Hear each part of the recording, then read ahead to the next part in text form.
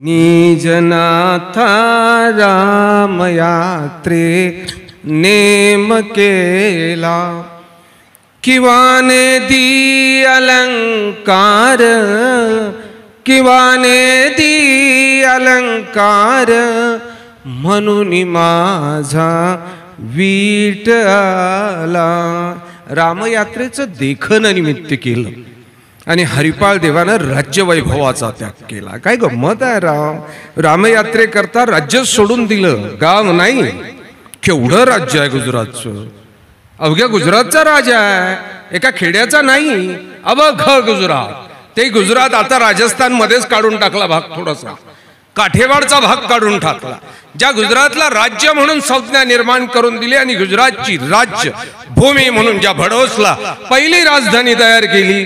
हरिपाल देवाच्या आजोबाने पहिला मी गुजरातचा राजा आहे म्हणून घोषित केलं आणि स्वतःवर राज्याभिषेक करून घेतला. एवढं गुजरातचं राज्य, ज्या गुजरात राज्यानं सिंगनाचा पराभव केला आणि परत खेटून लावलाय पार, बरोबर. आणि गुजरातला स्वातंत्र्य मिळवून दिलं. या स्वातंत्र्य योद्ध्यातला हा पराक्रमी योद्धा हरिपाल एका क्षणात त्या राज्य वैभवाचा त्याग केला, निघाला. काय गंमत आहे, असंही कधी घडतं का? आणि हा निघालेला हा हरिपाल एक दिवस त्या रिद्धिपूरला, अमरावतीच्या पोहोचला. त्या रिद्धिपूरचं वैभवी काय, ज्या रिद्धिपूरला परमेश्वर अवतरला ना, हे रिद्धिपूरला माहिती होण्याच्या अगोदर द्राविड देशाला माहित झालं. तिथला तो ब्राह्मण, आमच्या प्राचीन काव्यामध्ये ते सांगितलं जातं की द्राविड देशा हुणी आला तो ब्राह्मण, त्याने पाहिले भविष्य पुराण, तेथे तुमचे उमटले किती वरदान, रिद्धपुरी अवतरले श्री भगवान. त्या द्राविड देशाच्या ब्राह्मणानं सकाळी सकाळी पंचांग उघडलं. त्या दिवसाची तिथीवार नक्षत्र पाहायचं होतं. पंचांगात मात्र आकडी मांडली, दिसतं की अरे या महाराष्ट्राच्या विदर्भ प्रांतामध्ये या रिद्धिपूरमध्ये कुणीतरी परमेश्वर अवतार झाला, चाचपला. परत आकडे मांडली, परत गणित केलं आणि मग मात्र पंचांग काखेत घातलं. आणि हा द्राविड देशीचा ब्राह्मण तडक रिद्धिपूर पर्यंत आलेला. त्या रिद्धिपूरच्या मातीला स्पर्श केला आणि या ब्राह्मणाच्या लक्षात आलं की माती माती नाही, इथला तर प्रत्येक रजकन हा ब्रह्मादिकांना दुर्लभ असा पावन आहे.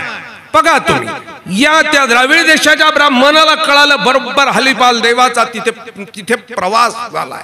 ईश्वरीय शक्तीचं स्वीकार केलं, साधनेचं महत्व दिलं. बघा त्या पर्वतराजीमध्ये स्वतः तपसाधना करत असताना साधनेला एक वेगळं पावित्र्य मिळवून दिलं.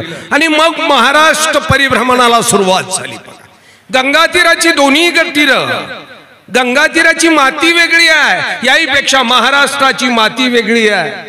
ज्या मातीला सर्वात प्रथम, मला असं वाटतं सर्वात प्रथम इतिहासाची कुठलीही पानं उघडली, कुठलाही पुराण ग्रंथ उघडला, कुठलाही वेद ग्रंथ उघडला तरी महाराष्ट्राचं इतकं वर्णन महानुभाव तत्वज्ञाना इतकं आणि सर चक्रधर स्वामी इतकं कुणीही केला नाही. महाराष्ट्रीय असावे, या 800 वर्षापूर्वी या संतांना आज्ञा केली की तुम्ही केवळ महाराष्ट्रात राहायचं, महाराष्ट्रीय असावे. महंत राष्ट्र म्हणून महाराष्ट्र हे महंत राष्ट्र आहे, मोठं राष्ट्र आहे. येथीची जड चेतन पदार्थ सात्विक, इथला जड दगडही सात्विक आहे, चेतन इथली माणसंही सात्विक आहे, इथली हवा सात्विक आहे, इथली झाडही सात्विक आहे. आणि या महाराष्ट्राच्या या गंगा तीरानं सर्वज्ञ चक्रधर महाराजांचं परिभ्रमण झालं. आज आनंद होतोय. आज महाराष्ट्राचा नेता उपस्थित आहे, स्वतःलाही महानुभाव म्हणून घेताना आनंद वाटतो. आणि म्हणून महानुभावांना कधी काळी झालेलं दुःख आज बरं वाटतंय की सर्वज्ञ याच नांदेड मध्ये आले.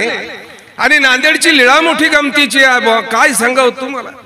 घरी येऊनी स्वामी तू माझ्या राखिल्यास गाई, परी तुझ ओळखले नाही. सर्वज्ञांची लीळा आहे. या गावात गायी राखल्या, त्या गंगा तीराला बसलीत.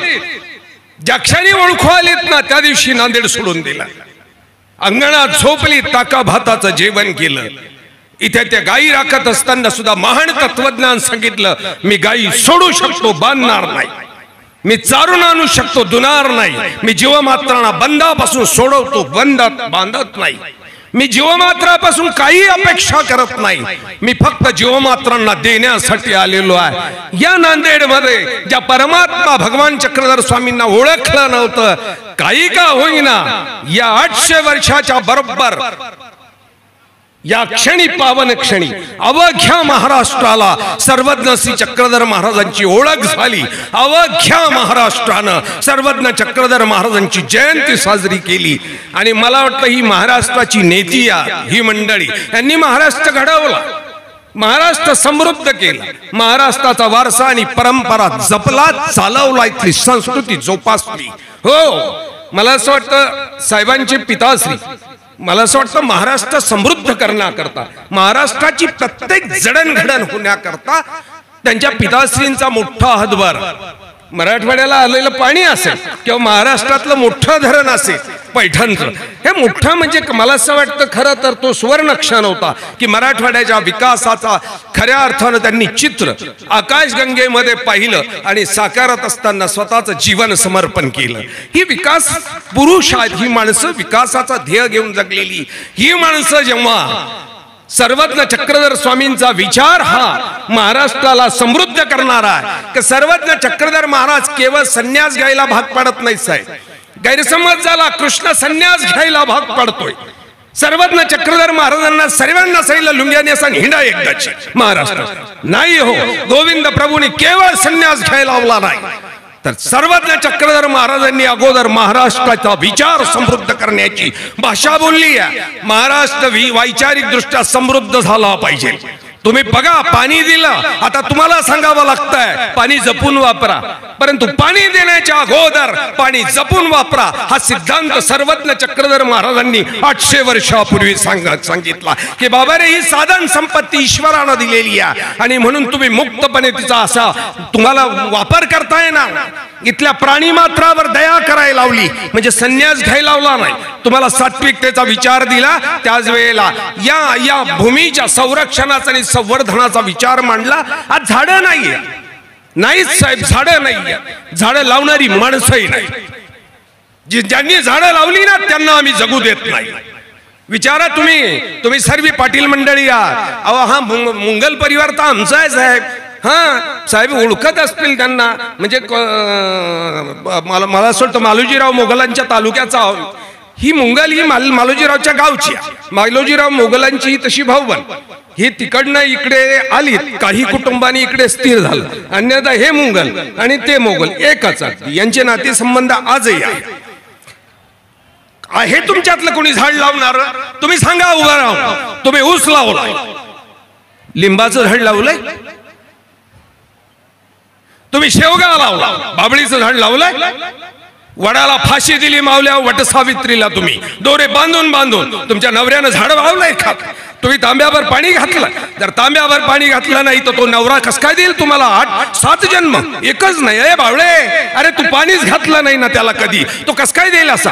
परंतु हा वडाचं झाड लावणारा, हे पिंपळाचं झाड लावणारा, हे बोरीचं झाड लावणारा जो आमचा पक्षी वर्ग आहे, आम्ही चिमण्यांना जिवंत ठेवलं, आम्ही कावळे शिल्लक ठेवले. आज कावळे पाळायची वेळ आलेली आहे. उद्या 10व्याला कावळे मिळणार नाही, कावळ्याचा धंदा करावा लागेल पिंजरे घेऊन. बस स्पर्श झाला का 1000 रुपये, स्पर्श झाला का, आम्ही कावळे ठेवले नाही. या सृष्टीच्या संवर्धनाचा विचार सर्वज्ञ चक्रधर महाराजांनी 800 वर्षापूर्वी मांडलाय.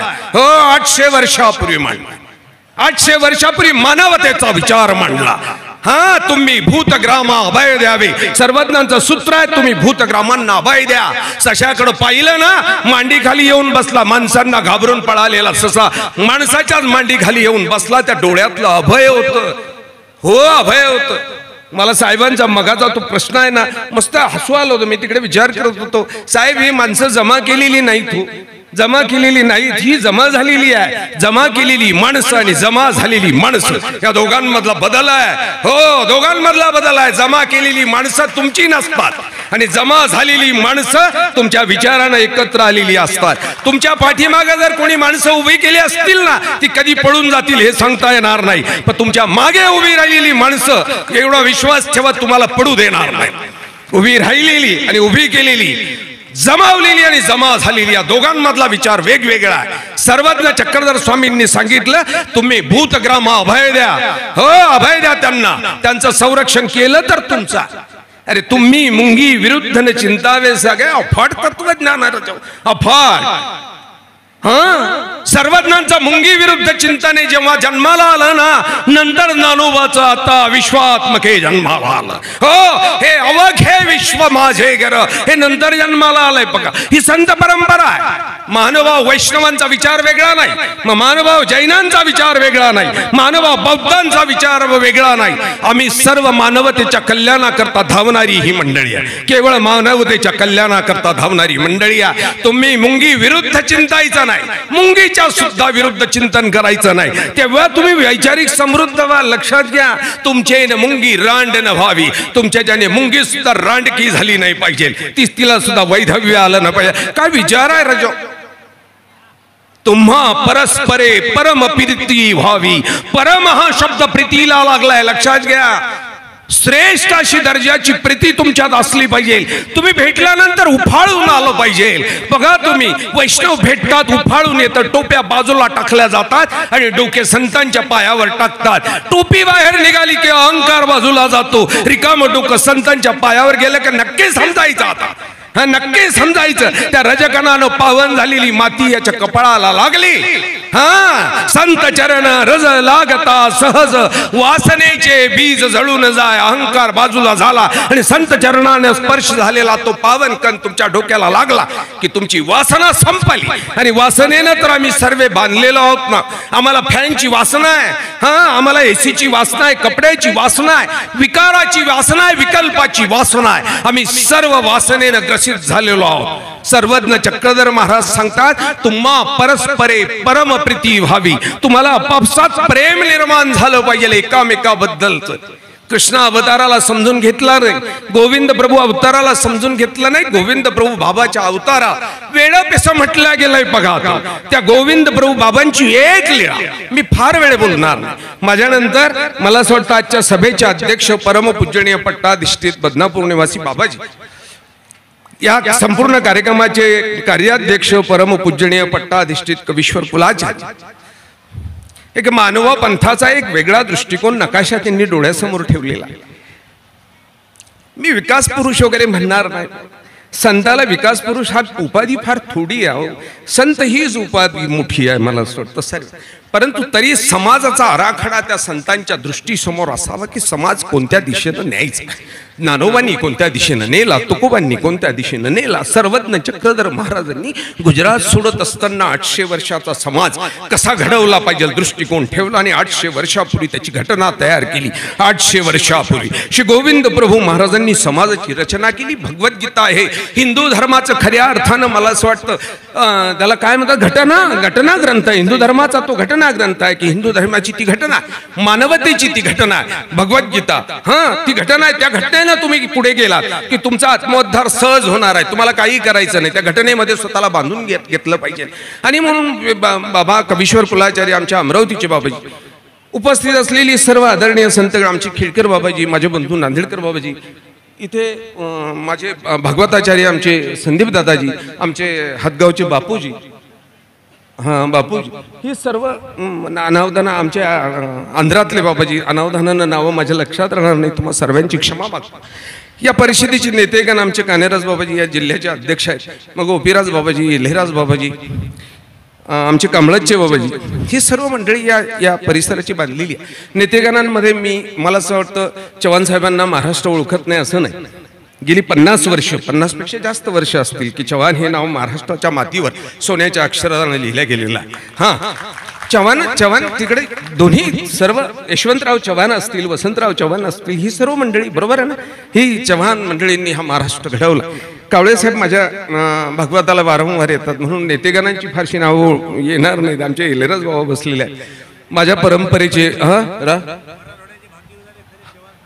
नाही, मी सांगितलंच ते की महाराष्ट्र त्यांनी घडवला नाही. आमचे एल्लेराज बाबा आहेत, माझ्या परंपरेतले आमचे प्रवचनकार रमेश शास्त्री आहेत. हे सर्व नेतेगणांची मला नावं पूर्ण येणार नाहीत, कदाचित मी विसरून जाईल.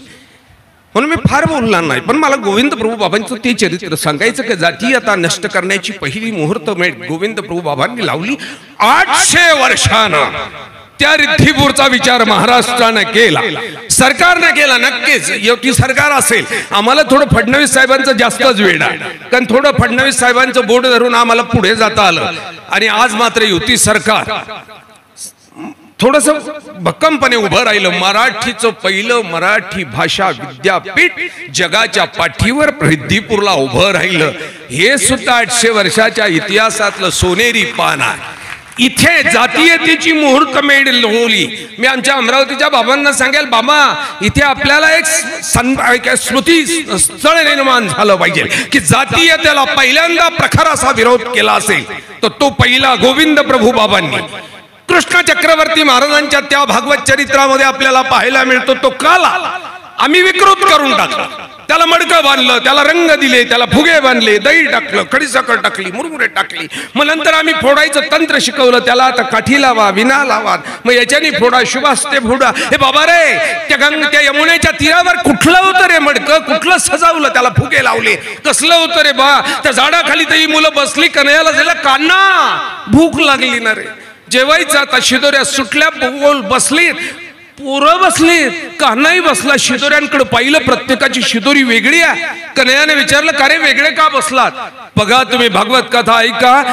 ती पोरं, तो पेंद्या, तो सुदामा, ती कोणी मांग होती, कोणी मार होतो, कोणी चांबार होतो, कोणी बिल्ला होतो, कोणी मराठा होतो, कोणी माळी होतो. या पोरांनी हात जोडून सांगितलं, कान्हा तू मोठ्या जातीचा आहेस रे, आम्ही गरीबाची लेकरं आहोत, हलक्या जातीची आहोत बा. आम्ही तुझ्या भाकरीत कस काय भाकरी खाऊ शकतो रे? कन्हैयाने त्या भाकरीशी संवाद साधला. भागवत कथा ऐकाय संवाद साधला. हातातल्या तुकड्याला कन्हैयाने विचारलं, तुझी भजात सांग. हा, तू माराचा आहे, मंगाचा आहे, बिलाचा आहे, कोळ्याचा आहे, चांबाराचा आहे का मराठ्याचा आहे? तू आंध्राचा आहे, कर्नाटकचा आहे, बिहारचा आहे का पंजाबचा? त्या भाकरीला विचारलं. पोरं पाहत ते पोरांच्या डोळ्यात पाणी आलं. दंडावर घातले. कन्हैया सांगितलं, आणा भाकरी इकडे. भाकरी जमा झाल्या, चुरल्या. भाकरीचा सुगंध स्वर्गापर्यंत गेला. नामदेव महाराज सांगतात, हे बाबा रे, त्या भाकरीचा नाही, तो एकात्मतेचा सुगंध स्वर्गापर्यंत गेला. ज्या सुगंधानं वरच्या देवांच्या तोंडाला पाणी सुटलं आणि देवलोक चर्चा करायला की गवळी किती भाग्याची आहे. हा, एके ठाई करोनी अन्न वाहते वाडी नारायण, हे पाहोनी सुरवर चित्ती करीती विचार. धन्य पुण्य गवळियांचे, आम्हा अन्न मिळे कैचे. आम्हाला इथं धन्य आहे त्या गवळ्यांचं, ते अन्न आम्हाला कसं मिळेल? आणि मग याच्यातला एक शाना, थोडा दीड शाना देव यांनी सांगितलं, एक असे युक्ती, हात धुवील श्रीपती. एक युक्ती आहे, हा कृष्णाचा यमुने हात धुवायला जाईल आणि मग हे झाले मासे, बरोबर आहे ना, प्रसादाचे मिशे देव झाले मासे. आणि देवांनी माशाचं रूप घेऊन तिथं लपून बसली. कन्हैया मात्र याच्याही पुढचा होता. कन्हैयाने सांगितलं, आगाऊ चालायचा नाही, तू आगाऊ चालला ना, तुझ्या सर्व आगाऊगिऱ्या मला माहितीये. कन्हैयाने पोरांना सांगितलं, जेवण झालीत का? झाली, हात पुसून घ्या. त्याने म्हणला, रे कन्हैया, हात पुसून पाणी कुठे घेऊ? नामदेव महाराज सांगतात, वृंदावनी उदक घेऊ. वृंदावनाला जाऊन आपण उदक घेऊ, इथे घ्यायचं नाही आपल्याला. कृष्णानं तिथं जातीयता नष्ट करण्याचं तत्वज्ञान शिकवलं. आणि गोविंद प्रभू बाबाने जशीच्या तशी रिद्धिपुरातली घडलेली लीळा. हा, सकाळी गोविंद प्रभू बाबा निघाले, आहे ते स्थान तिथे, तिथे रिद्धिपूरला जा, हे स्थान आहे. रिद्धिपुरात गोविंद प्रभू बाबा निघाले आणि तेलाचं पोरग मस्त भाकरीचा तुकडा सकाळी सकाळी खात होतं. नाकातनं शेंबूड गळत होता, खात होतं, मस्त चगळत होतं, गंमत पाहत होतं. श्री प्रभू बाबांनी त्याच्याकडे पाहिलं, पोरगा 18 वर्षाचा आहे. श्री प्रभू बाबा धावत गेले, त्याच्या हातातली ती भाकरी हिसकावली आणि आता श्री प्रभू बाबा खायला लागले. पोरगा ओरडला, आहे आई, श्री प्रभू बाबांनी माझी भाकरी घेतली ग. आई धावत आली आणि धावत आलेल्या या स्त्रीने श्री गोविंद प्रभू बाबांना हात जोडले. सांगितलं, हे दयाघना, ती भाकरी टाकून दे बा, ती टाकून दे. ती आम्ही तेली हलक्या जातीची आहोत बा. इथल्या ब्राह्मणांनी पाहिलं ना, आम्हाला घरा गावा बाहेर करतील, आम्हाला शिक्षा देतील, ती भाकरी खाली टाकवा. श्री गोविंद प्रभू बाबांनी भाकरीकडे पाहिलं. 1210 दरम्यान लिहिल्या गेलेल्या गोविंद प्रभू चरित्रामध्ये लिहिल्या अशीच्या अशी पहा. श्री गोविंद प्रभू बाबांनी त्या भाकरीकडे पाहिलं. त्या तेलनीला विचारलं, का ग लबाड बोलतेस का? ही भाकरी तर लाखेची आहे, लाख नावाचा पदार्थ लाखेची आहे, तू कस काय म्हणते ही तेलाची? अरे एका क्षणात जातीयतेला ठोकर मांडली, एवढा मोठा पहाड जातीयतेचा उभा केला होता ना, एका शब्दानं संपवला. ही जातीयता जोपर्यंत तुमच्या आमच्यातनं नष्ट होणार नाही ना, तोपर्यंत मी वैचारिक दृष्ट्या समृद्ध होणार नाही. आणि आम्हाला आज सर्व समृद्धी आहे साहेब. आम्हाला रस्ते चांगली झाली, आम्हाला माहिती आहे येणाऱ्या 5 वर्षांमध्ये अवघा महाराष्ट्र कॉन्क्रिटीकरण करणार तुम्ही लोक, नक्की करणार, होणार तो नक्कीच. दूरदृष्टी नेता आमच्या गडकरी साहेबांसारखा दूरदृष्टी नेता महाराष्ट्राचा आहे. अवघा भारत कॉन्क्रिटीकरण होणार, बोगदे होणार, आमच्या नद्यांना धरणं बांधलं जाणार, गावागावात पाणी दिलं जाणार, तुम्ही शुद्ध आम्हाला पाणी देणार नक्कीच. गावागाव शौचालय होणार, आमच्या मंदिरांचा विकास होणार. हे सर्व होत असताना मात्र या वेळेला माणसं वैचारिक दृष्ट्या समृद्ध होणं गरजेचं आहे. आम्हाला दारिद्र्य आता सध्या वैचारिक, बस आम्ही धनसंपत्तीने श्रीमंत, आम्ही वैचारिक दारिद्र्य.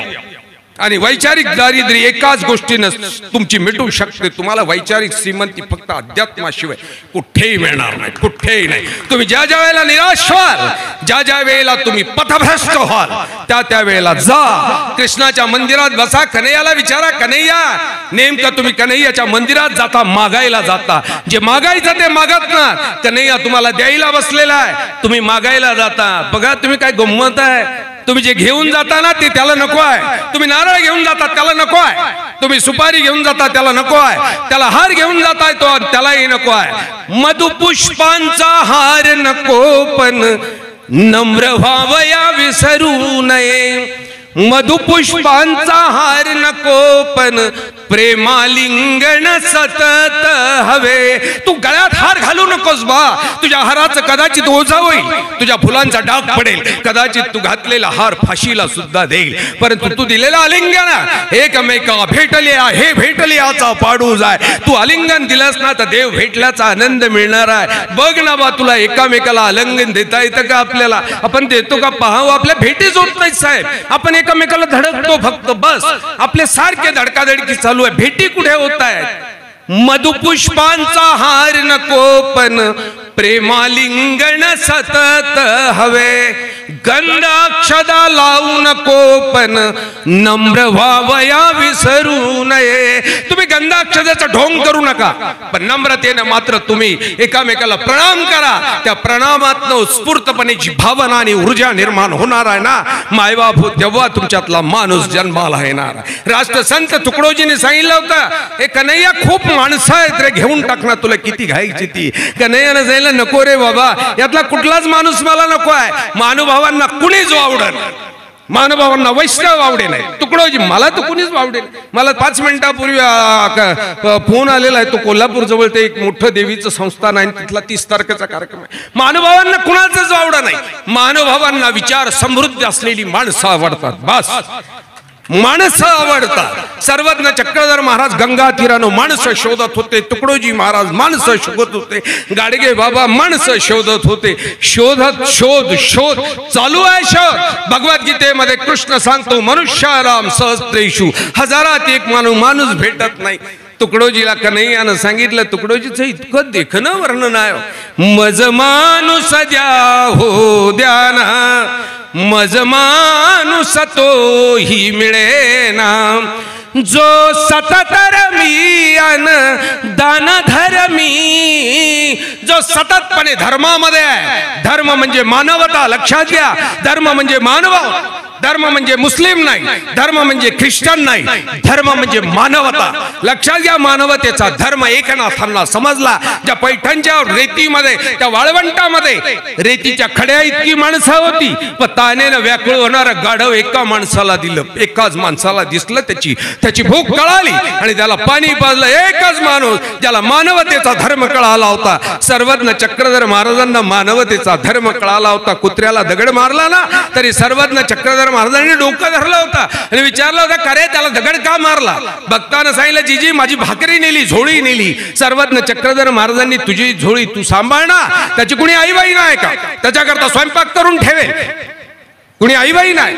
इतरांच्या धर्माबद्दल बोलताना सर्वज्ञ सांगतात, तुमचा देव तुमचा देव आहे, इतरांची काही दगड आहे का? वैर्याचा देव झाला म्हणून काही दगडे फोडावा. अरे तो वैर्याचा जरी झाला तरी तो देव आहे, त्याला काही दगड मारून फोडशील का?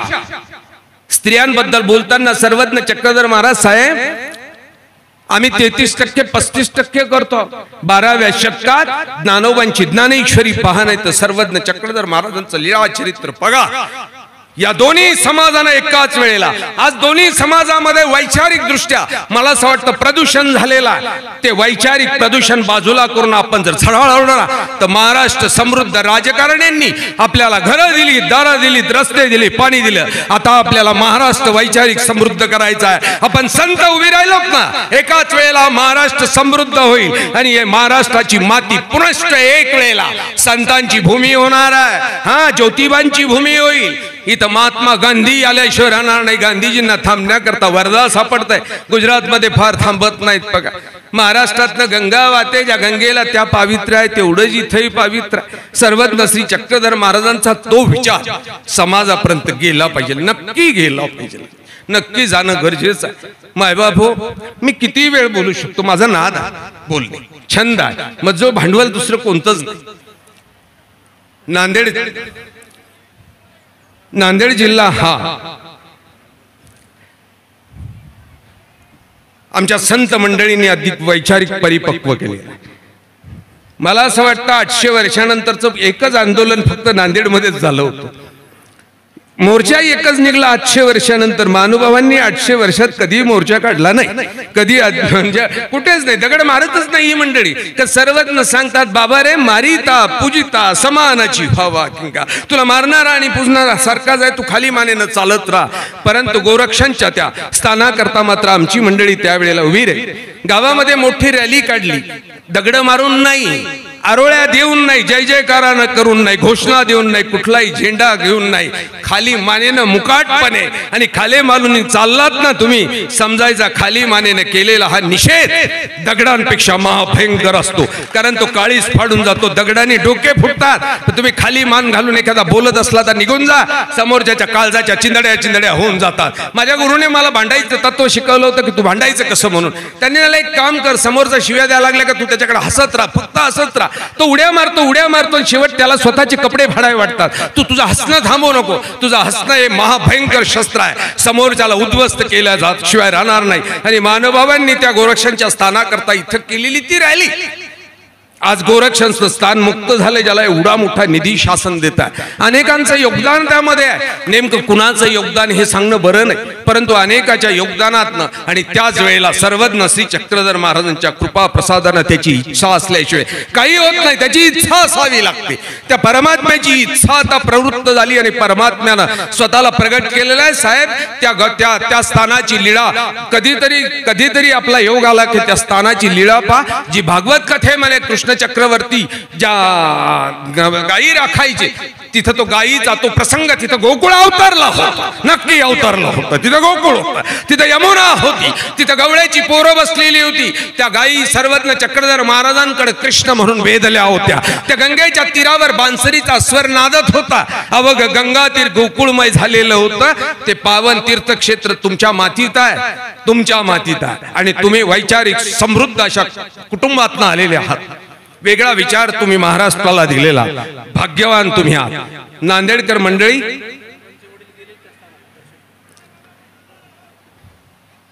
बाबांचं म्हणणं आहे साहेबांचे वडील गेले होते, महाराष्ट्राला स्पर्श झालेला आहे त्यांचा. बाकीच्या ज्या गोष्टी असतात ना त्या दुर्लक्ष करायच्या असतात. मी संन्याशी म्हणून 1-2 मिनिटाचा सल्ला देतो. तुम्ही दुःख व्यक्त करूच नका, काहीच नका. दुःख हे सहज असतं. पाणी देतो, थोडंसं पाणी देतो, थोडंसं.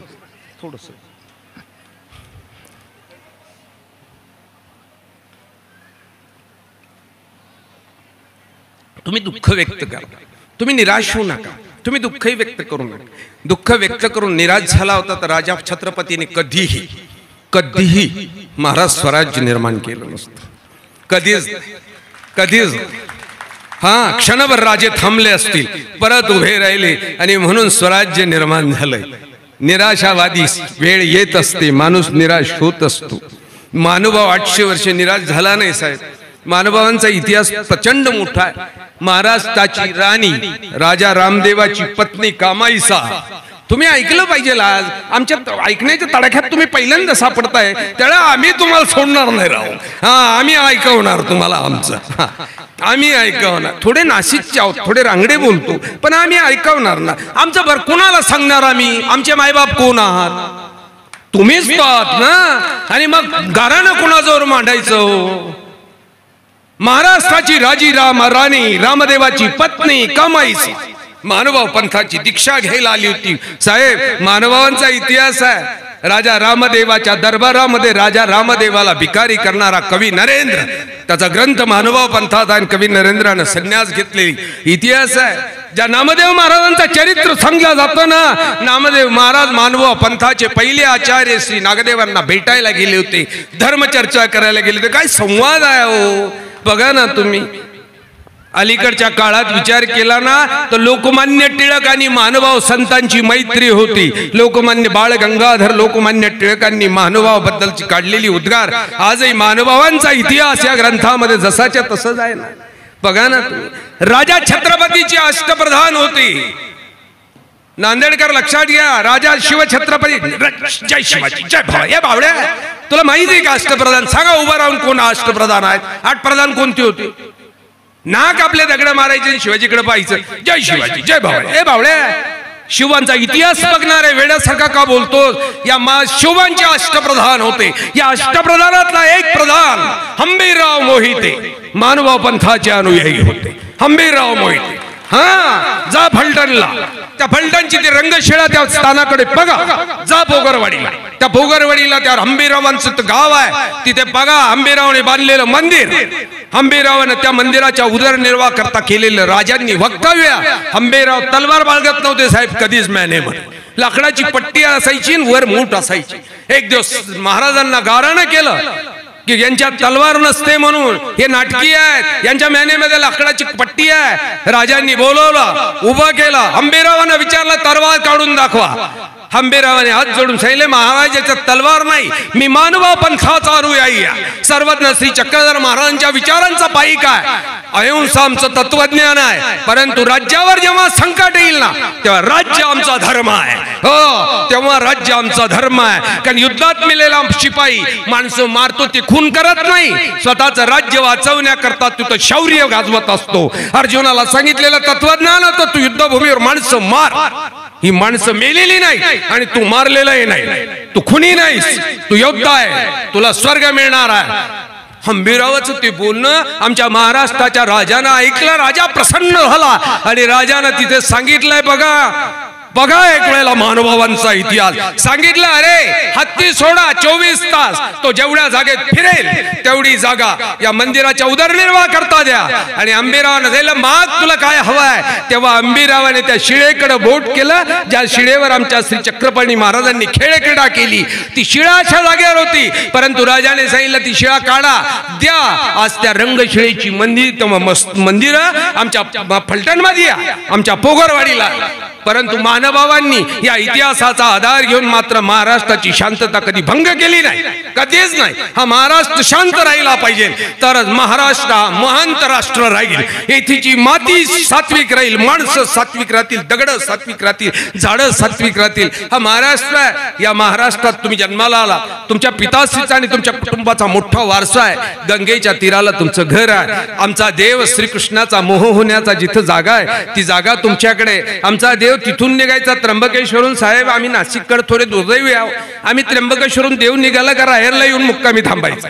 बघा तुम्ही राहेरवाल्यांकरता नाशिकून यायचा. काय करावं त्या देवाला? अनेक वेळ सांगितलं कशाला जातो तिकडे, दुष्काळी परिस्थिती. त्याने सांगितलं नाही, राहेरला गेल्याशिवाय मजा नाही. आणि मग तो नांदेडवरनं राहेरला जायचा.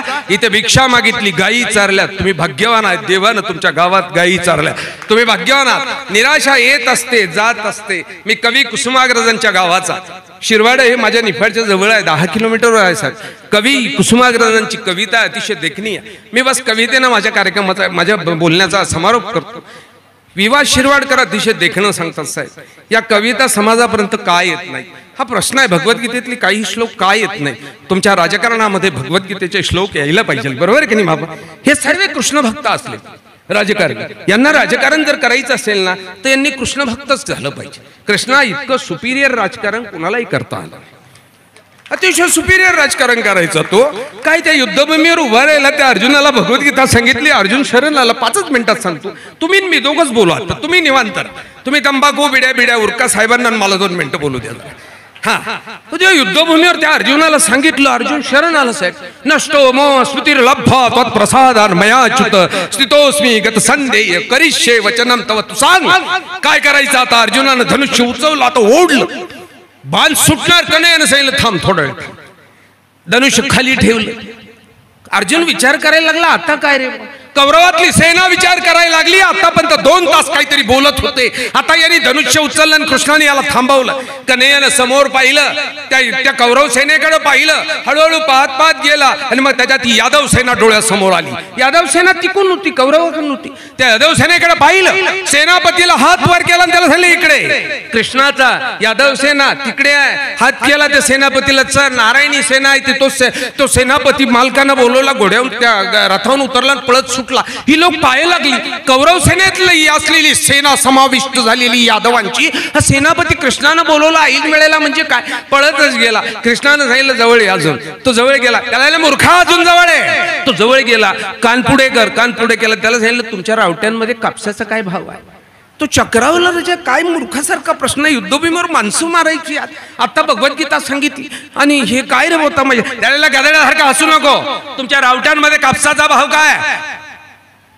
तो आता खाली मानेनं हसायला लागला, तोंडाला कपडा लागला. लक्षात आला आपला मालक पागल झालाय. 11 लाख सैन्य कौरवाचा आहे, 7 लाख पांडवांचा आहे. पराभवाची कृष्णाला भीती वाटली आणि हा पागल झाला. याच्या मेंदूर ताण आलाय, याचं मानसिक संतुलन गमावलं. कन्हैया झाला मूर्खासारखा नको, कापसाला भाव काय. आता तो मोठ्याने हसायला लागला, तोंडाला कपडा लावला आणि खाली मानेनं परत निघाला. दुर्योधन मात्र रथात नाही गंमत पाहत होता. दुर्योधन विचार करायला लागला, काहीतरी याला युक्ती सांगितली. हा हसत होता. दुर्योधन उतरला रथातून आणि त्याला अडवाला. सेनापतीला झालं, अरे थांब, तुझ्या मालकाने तुला काय सांगितलं. त्याने सांगितलं काहीच सांगितलं नाही ना, काहीच बोलला नाही तो. आता कसा सांगेल तो दुर्योधनाला. तो कापसाचा भाव विचारत होता युद्धभूमीवर, सांगता येईल का. बरं मालक तरी समजेल का त्याला खरं. दुर्योधन मानेल खरं, कापसाचा भाव विचारत होता कृष्ण म्हणून, मानेल का. दुर्योधन रागावला, चिडला, ओरडला. पितामह नसायला पितामह, जोपर्यंत यादव सेना इथून निघून जात नाही ना पूर्ण, तोपर्यंत युद्धाला सुरुवात होणार नाही. आणि कृष्णानं स्वतःची 2 लाख लोक एका क्षणात युद्धभूमीवर काढून घरी पाठवून दिली. अरे काय गंमत आहे हो. काहीच नाही, फक्त कानाला लावून बोला तुम्ही, तू जेवला होता का, पोटपीठ बरं, सत्यानाश. दुसऱ्या दिवशी मार असतात बातमी, चव्हाण साहेब काहीतरी कानाला लागले बोल. ते त्याला ठीक आहे. अरे नको रे बा, तुम्ही कृष्ण भक्त व्हा बस. त्याच्या इतकी चालाकी नाही हो, भलता शातीर माणूस तो, लबाड माणूस आहे तो. तुम्ही त्याचे भक्त, आम्ही त्याचे भक्त असल्यामुळे बघा, आमच्या जो शेती नाही बाडी नाही घरचं आहे ना, भावांना वाटून दिलं पद्धतशीर, ते सुखी राहावेत म्हातारी. इकडे बघा, आम्ही चांगले कपडे मस्त, तुम्ही पाया पडता, मागितली नाही तरी देता. काय झालं, सुखी आहे ना. कारण त्याचं एकच आहे, आम्ही कन्हैयाला गळ्यात टांगून घेतला. त्याला झालं कन्हैया तू गळ्यात राहायचं, गडबड नाही करायची बस. तुम्ही कृष्ण भक्त व्हा. आणि कवी कुसुमाग्रजाची कविता तुम्हाला जेव्हा जेव्हा वाटेल ना निराश, कवी कुसुमाग्रजांची कविता वाचा, ऐका. मी जीवनात येथे नेहमीच गात आलो, मी जीवनात येथे नेहमीच गात आलो, हे दान प्रार्थनाचे मानून मुक्त झालो. कोणी दिला जिव्हाळा, कोणास ताप झाला, कोणी दिला जिव्हाळा, कोणास ताप झाला. फसवाच हा दिलासा घे जाणोनी स्वतःला, मी जीवनात येथे नेहमीच गात आलो. जीवनाचं गाणं असंच गा. नांदेड जिल्ह्यातल्या तमाम वासनिकांना, महानुभावांना, सर्व माणसांना, माझ्या मावल्यांना शतशत प्रणाम करतो. असलेल्या सर्व राजकीय नेत्यांनाही वंदन करतो. तुम्हा सर्वांची रजा घेतो.